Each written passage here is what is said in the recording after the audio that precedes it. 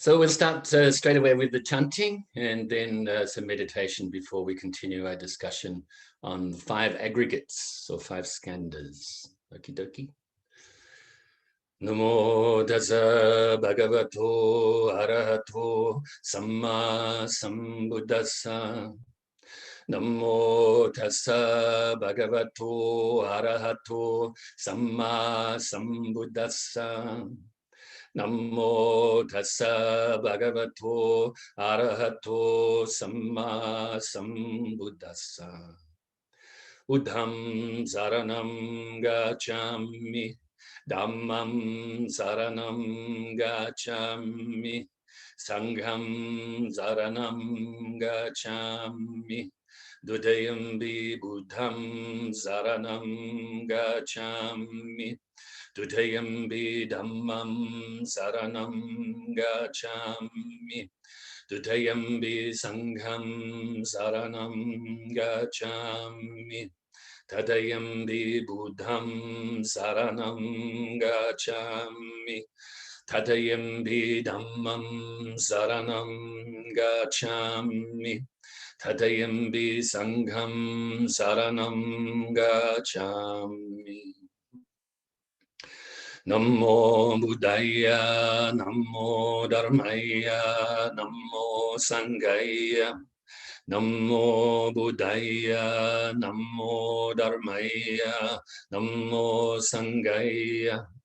Namo Buddhaya, Namo Dharmaya, Namo Sanghaya. I take refuge until I am enlightened in the Buddha, the Dharma, and the Sangha. Through the positive potential I create by practicing the 6 paramitas, may I soon attain enlightenment in order to benefit all sentient beings. I take refuge until I am enlightened in the Buddha, the Dharma, and the Sangha. Through the positive potential I create by practicing the 6 paramitas, may I soon attain enlightenment in order to benefit all sentient beings. I take refuge until I am enlightened in the Buddha, the Dharma, and the Sangha. Through the positive potential I create by practicing the 6 paramitas, may I soon attain enlightenment in order to benefit all sentient beings. May all sentient beings have happiness and its causes. May they be free from suffering and its causes. May they never be parted from their happiness beyond suffering. May they abide in equanimity, free of bias, attachment to the near, and aversion from the far. I shall cause this. Great compassionate Buddha, please inspire me to be able to do so. Reverently, I prostrate with my body, speech, and mind, and present clouds of every types of offerings, actual and mentally transformed.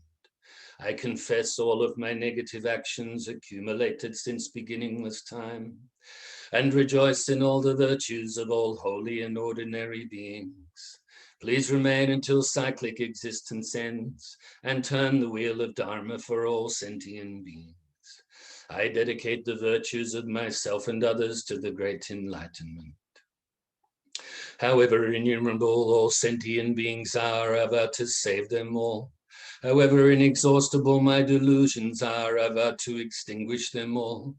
However immeasurable the Dharma teachings are, I vow to master them all. However endless the Buddha's way is, I vow to follow it completely. Om Mani Padme Hum. Om Mani Padme Hum. Om Mani Padme Hum. Tayata Gate Gate Parasamgate Bodhi Soha. Tayatam gate gate parasamgate bodhi soha. Tayatam gate parasamgate bodhi soha. So now get yourself in the position for meditation, whichever position you prefer, that's comfortable for you, that helps to keep your mind upright and aware, mindful. And straight away we'll release the tension from the body. reminding you this also helps us to release whatever tension we have in the mind as well. So gently close your eyes and bring your focus to your feet and release whatever tension you may have in your toes, the balls of your feet, the arches and the heels, and the top of your feet, as well as around your ankles and Achilles tendons. Now release from your lower leg, your calf muscles and your shin areas, the front, sides and back of your knees, and your upper leg, the quad muscles at the front and the hamstrings at the back.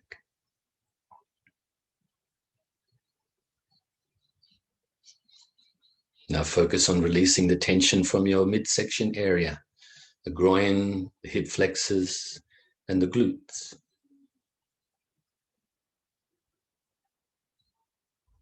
From your lower stomach, on and above your hips and your lower back. Further up your stomach, your sides, and to the center of your back.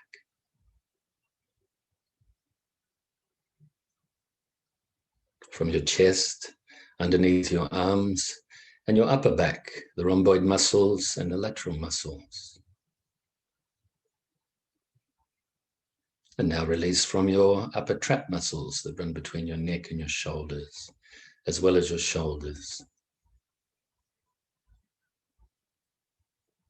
Your upper arms, the biceps and triceps, and your elbows and forearms. Your wrists, hands, fingers, and thumbs.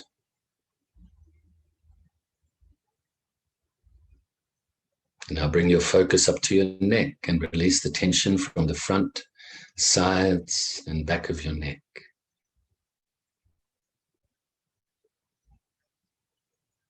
From the back of your head and sides of your head around your ears and temples.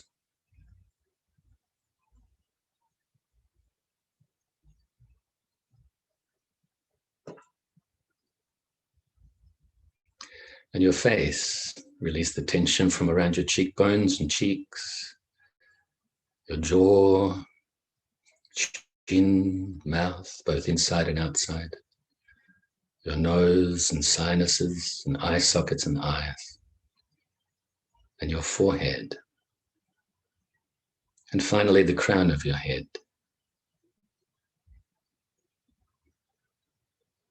Now scan your body from the bottom to the top, also to the tips of your fingers again, just to see if you can release any more tension that may be left over.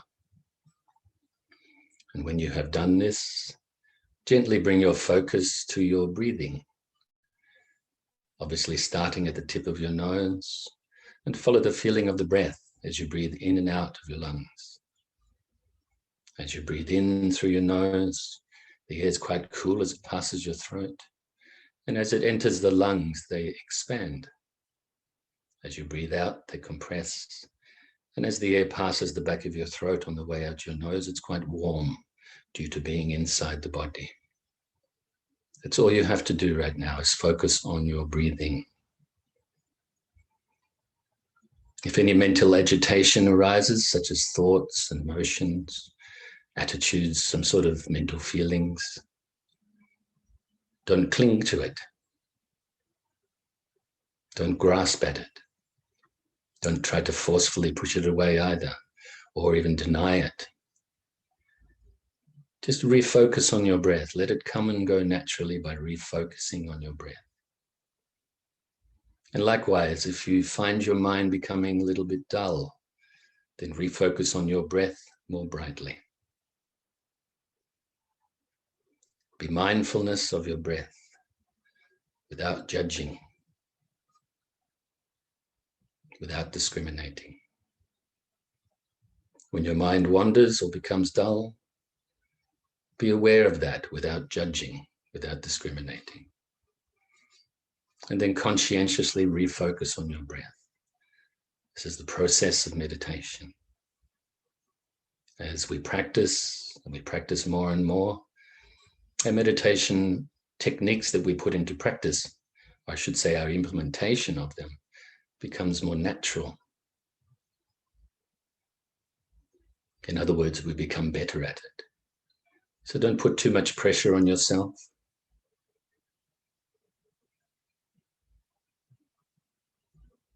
And now we will practice like this in silence, just for a few minutes.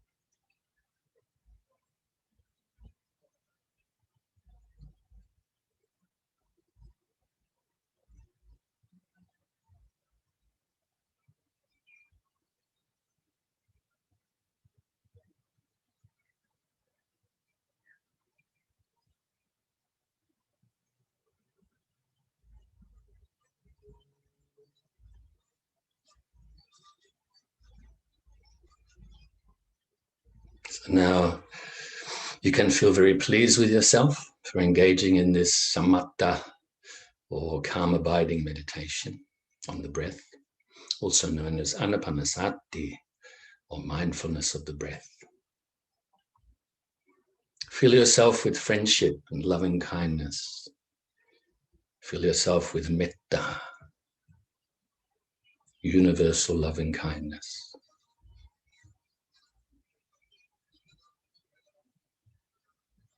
You know, I often say that if we are kind to ourselves, really sincerely and genuinely kind to ourselves, then we can be kind to others, even those ones that we find difficult or we're fearful of.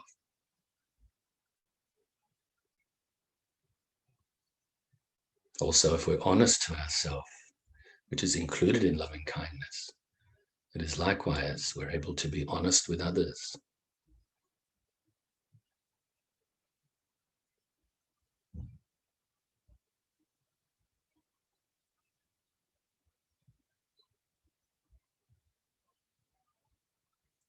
Fill yourself with so much loving kindness that it now overflows and radiates outwards, initially to your loved ones, family and friends.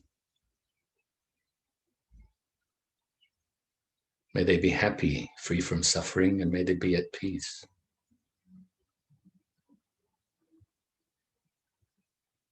And gradually have this loving kindness radiate out further and further to now include strangers as well. Those people that you may know a little bit or not at all.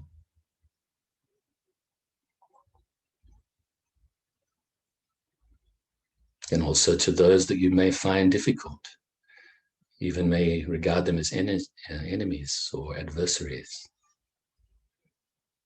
May all of these people be happy and have the causes of happiness. And may they be free from suffering and the causes of suffering. May they all be at peace with themselves, with others, and all of nature.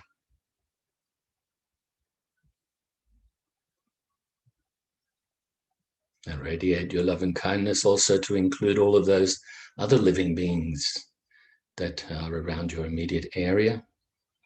All of those living beings, whether you like them or you're indifferent to them or even fear them,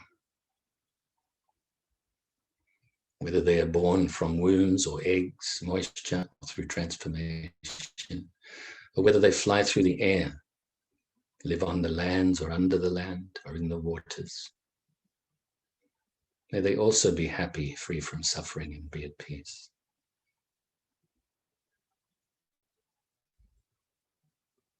Extend this loving kindness out further and further now to include all of the living beings throughout your state or county.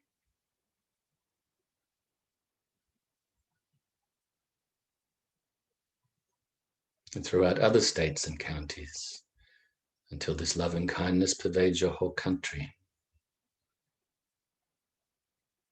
and other countries. Initially those that you're familiar with, and those you're indifferent towards, as well as those that you may have negative feelings towards. Until this loving kindness pervades the whole planet.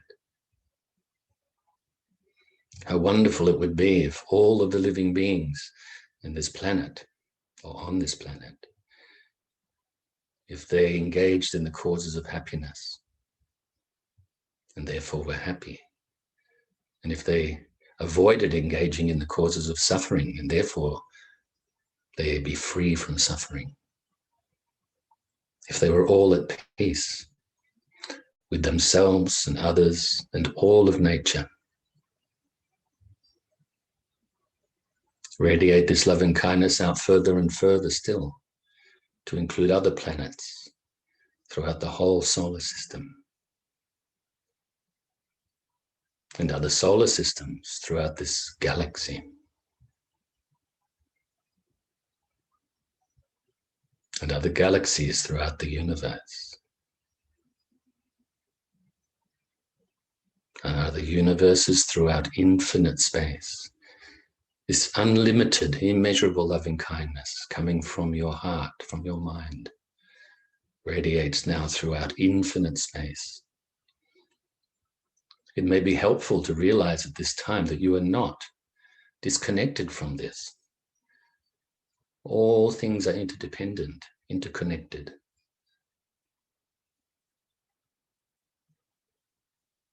How wonderful. You're never alone.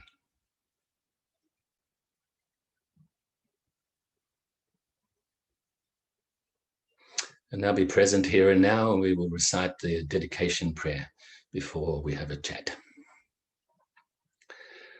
Due to this merit, may I soon attain the enlightened state of the Buddha, so that I may be able to liberate all sentient beings from their suffering. May the precious bodhicitta not yet born arise and grow. May that born have no decline but increase forevermore. And may the precious view of shunyata, not yet born, arise and grow. May that born have no decline but increase forevermore. And so I think we have maybe about 18 minutes to have a chat. I hope everybody's feeling nice now. Feeling nice always, actually, but specifically now, or particularly now after the meditation. That's a good point to make as well, as I made before, that we're all interconnected. There's never, even if we find it difficult on occasions to communicate with others, or we feel alone or even lonely, it's really important that we realize that we are not separate. We are not separated from others. And that this, any idea of being alone, feeling alone or lonely, actually it's a mental habit that we've formed over many, many lifetimes. And we can undo this habit. Because this habit is in our mind, that means with our mind, we can release ourselves from these negative feelings. So we're talking about the 5 aggregates, or the 5 skandhas. Skandha, just to remind you, the actual literal meaning is pile of or heap of. And it's really the makeup of a living being. The physicality, which is the first skandha, and the mentality, the last 4 skandhas. Just to remind you about what I spoke about actually in the very first Dharma class that we recorded online using Zoom back at, I think it was the 1st of August. And that class was about the purpose of us practicing the Dharma, the methods to be used, and the means. In other words, to put these methods into practice accurately. And so I will utilize this formula today to begin. What's the purpose of us getting to understand the 5 skandhas, contemplating and analyzing these 5 skandhas? The purpose is to become wise, is to eventually realize the wisdom of emptiness, or you could say the wisdom of no self. That's the purpose. Then, of course, the methods to be put into practice, you could say, are the 3 wisdom tools. So the first wisdom tool, to remind you, is hearing or studying. And so we hear the Dharma teachings. We hear this teaching on, or the formula on the 5 skandhas or 5 aggregates. Then we contemplate, we analyze and investigate to understand the true nature of these 5 skandhas. And then once we come to some understanding, we meditate, we absorb our mind with this understanding. So this is the purpose, that's the methods, and then of course we have to do this, which is the means. I just wanted to point that out before we get into a little bit more detail. So last week I spoke very, you could say abstractly in a certain way, even though I went into some detail of these 5 skandhas. So the introduction in a way, like an overview. Today we will have a more detailed overview. With some of the details we'll go a little bit more detail, more in depth, and then other ones will go more in depth in the future. So we'll probably do this today and maybe finish it next week or the week after, and then go into each specific skandha or aggregate. So I've written myself a few notes, as I do on occasions. I mentioned the purpose, the method, and the means. So the first of the skandhas is rupa. This is in Sanskrit as well as Pali, rupa. Normally spelt in English as R-U-P-A, in case you want to Google it and continue your studies with that. And this is known as a physicality, or normally we say the word form. Okay, so form. Also physicality, sometimes we could say corporality. And this includes all of our body, for instance, everything to do with our body and senses of the body, the first 5 of the senses, the physical senses, as well as outside phenomena. So everything, say we're in the universe, you could say, but everything, especially when it relates to what we are seeing, what we are hearing, so the object of our seeing, which is form, the object of our hearing, which is sound, the object of taste, which, or the tongue is taste, the object of smell or our nose is smelling aromas, and also the object of our tactile sensation or our physical senses, physical sense, which is the touch. So I think that'll do for that. Just to let you know, and this is going into the way that science uses this, these types of concepts of subject and object. The subject are our five senses, what we call the five sense doors. And the object here is the sense objects, or are the sense objects. Then we have the second skandha is called VANDANA, and this can mean sensations, so mental sensations. This is now relating to our mentality, or feelings. Not yet emotional feelings. There are three types of VANDANA, or feelings. There is the pleasurable, the unpleasant, and the neutral.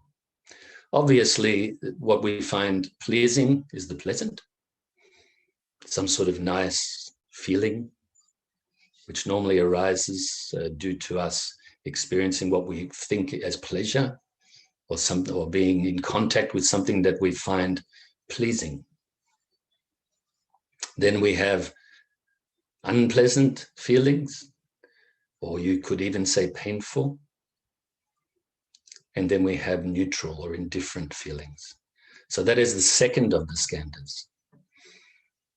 Just to remind you that if you want to know the details that we spoke about last week, then have a look at the video that I post on Facebook within a day of the classes, so I don't have to repeat myself.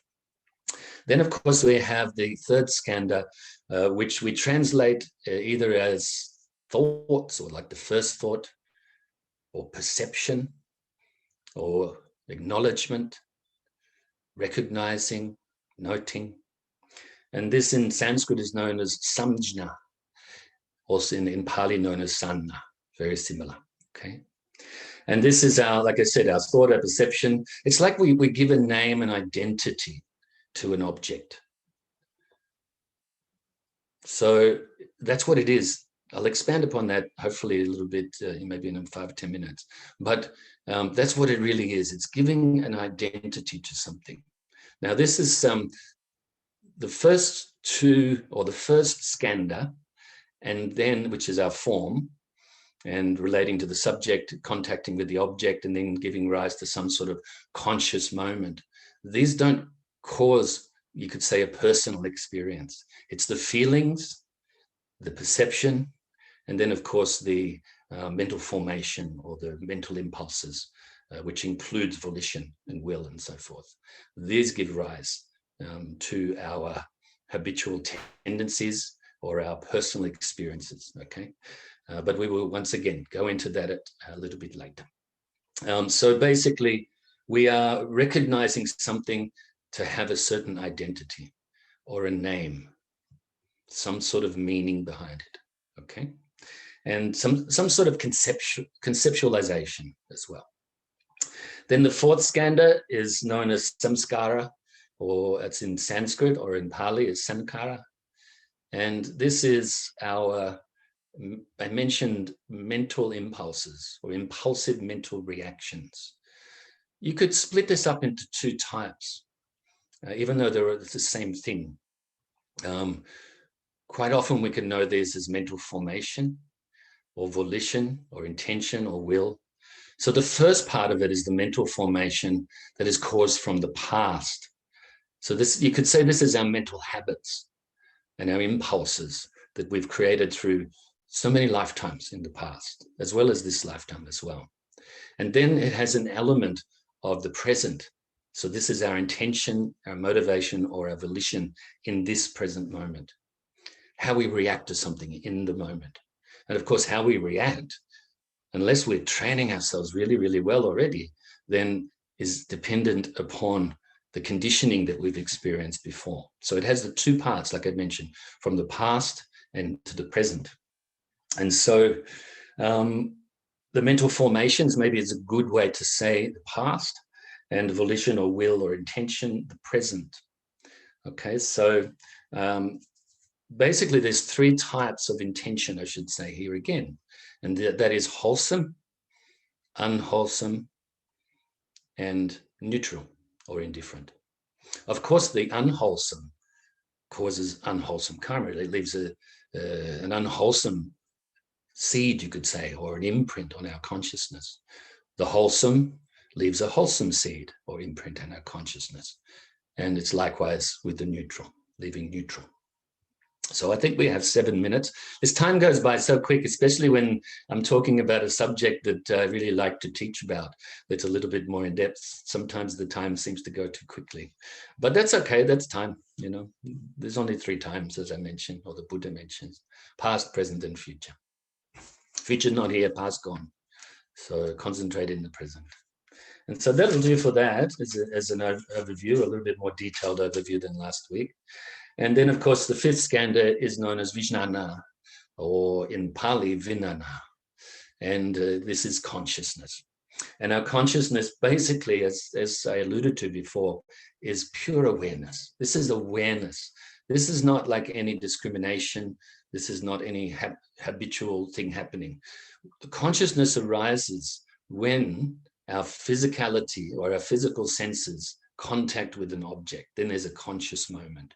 For instance, you are looking at this screen right now. Maybe you're looking at the image of myself on this screen, or maybe you're looking at others as well. And this is your sense of seeing, or your eye sense contacting with the object, which is the screen you're looking at, or the images on the screen. This gives rise to a conscious moment. There is no experience without this consciousness. The eye contacting with the object of the eye is not experience. Consciousness has to be present all the time for this to happen. And it is likewise, you're here, maybe hearing my voice right now. And so your sense of hearing is hearing the object of my voice. But once again, the consciousness has to engage in this right now. Otherwise, there is no experience.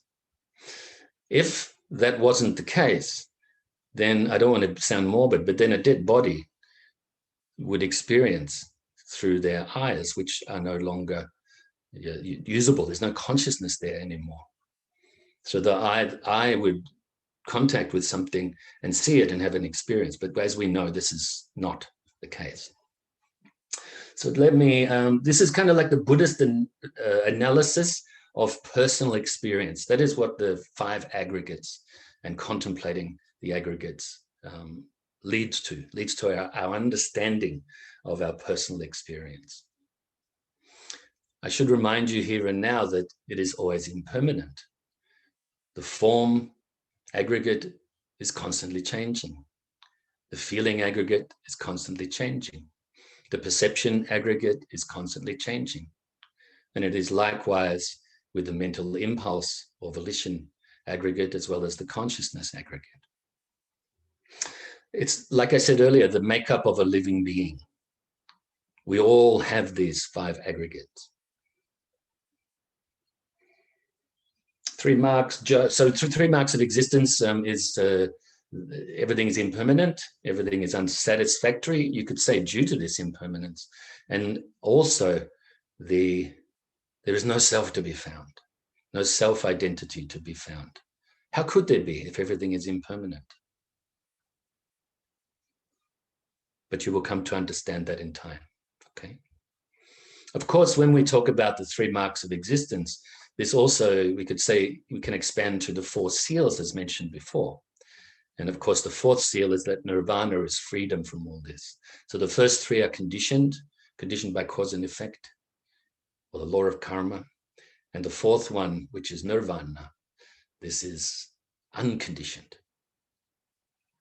We should note as well that this teaching is very relevant in modern times.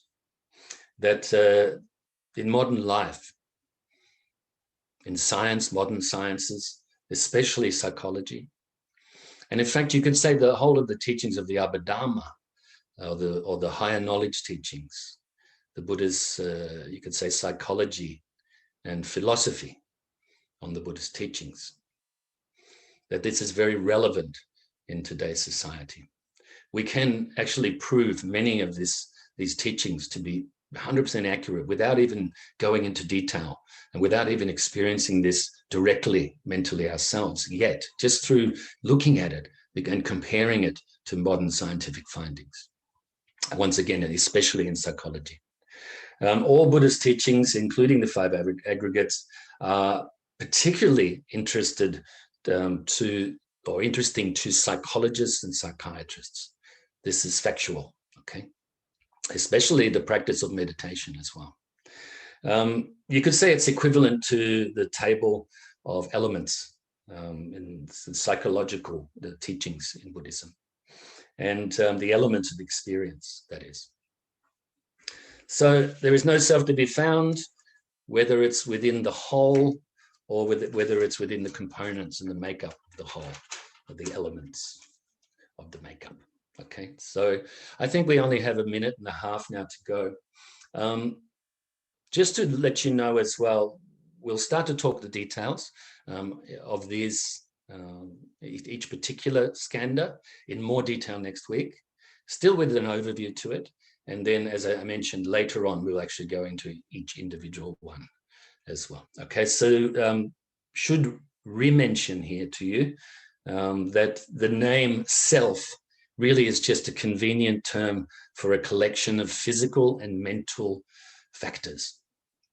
Just like a forest, for instance, is just a convenient term for a collection of trees and other plants. Or the ocean is a term is really for a collection of water, or a body of water. A city for a collection of abodes and businesses and so forth. Okay, so I think that's all for today. I didn't quite see when it went under 1 minute, but let's have a lovely week, and I look forward to talking with you next week in more detail. And please be patient with these teachings. Remember that the more that we become familiar with teachings, the more we have, we memorize them, and then we have access to them all the time, so we can contemplate them whenever we have the opportunity to do so. So study well,